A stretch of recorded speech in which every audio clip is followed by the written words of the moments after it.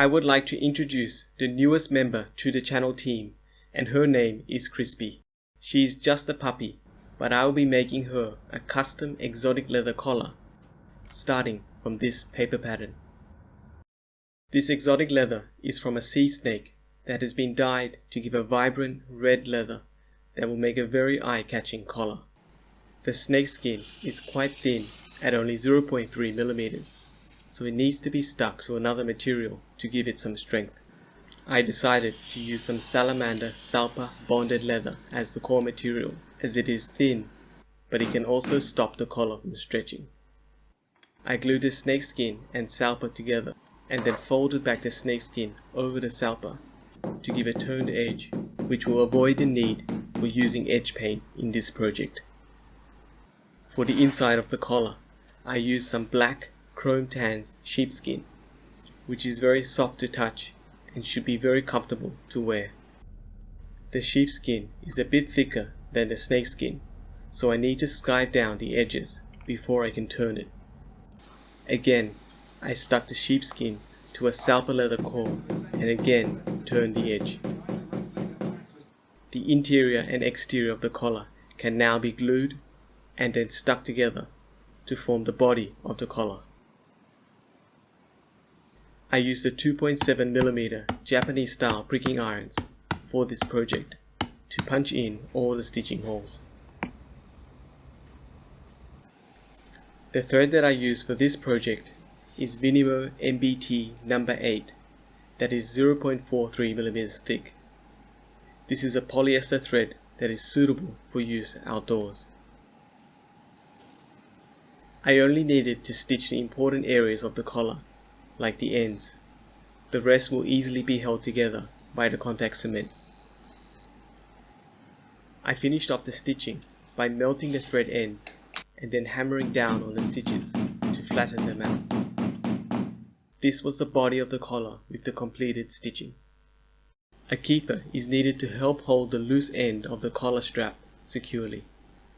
Same as before, I turned some snakeskin over a salpa leather core, which will give it plenty of strength. I then trimmed the keeper to length and used glue and a few well-placed stitches to secure the loop of the keeper to size. This was the completed keeper ready to install. A modern dog requires some gadgets, so I'll be adding an AirTag holder to hold this AirTag on the collar. For wet molding, I will keep the snakeskin and kangaroo veg tan lining leather as separate pieces and soak them both in water for 20 minutes. I covered the AirTag in plastic wrap to form the inside mold, and then molded the two leathers around the AirTag, first using my hands. Then I used a 3D printed part as the outside mold for the leather. This can also be done using a thick paper or cardboard as the outside and bottom molds. I then secured the molds in place using some stainless steel spring clips and let it dry overnight. I could then remove the molds, and then the lining and exterior leather were separated. Then I trimmed the lining to design and punched out the speaker cutout from the inside of the molded leather where the shape of the leather was clearer. I then glued the snakeskin onto the lining and then allowed the glue to dry while the leather was reinserted in the mold to maintain its shape. I then glued and turned the snakeskin over the edges on the sides and then again around the center cutout edge for the speaker. For the bottom section of the AirTag holder, I glued and turned more snakeskin over a kangaroo veg tan core and then glued on a top section to make the whole piece completely wrapped in snakeskin. I then chiseled in some stitching holes to the top half of the holder before gluing and sticking it to the bottom section. I then stitched the two sections together, which will stop the AirTag from slipping out of the sides. The final step was to punch in the two holes for the rivets on each side of the holder. This was the completed AirTag section, ready to add to the collar.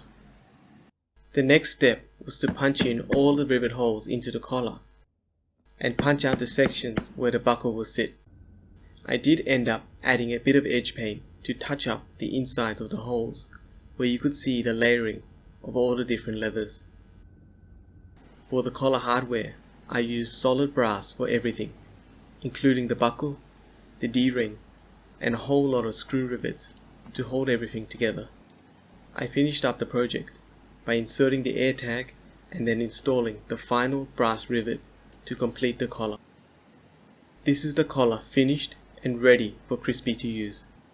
I'm really happy with how the wet molding of the snakeskin went and with the nicely finished turned edges. I have some more exotic leather projects coming up, so make sure that you're subscribed to the channel so you don't miss them. And if you enjoyed the video, please like and comment. Thank you for watching and see you next time.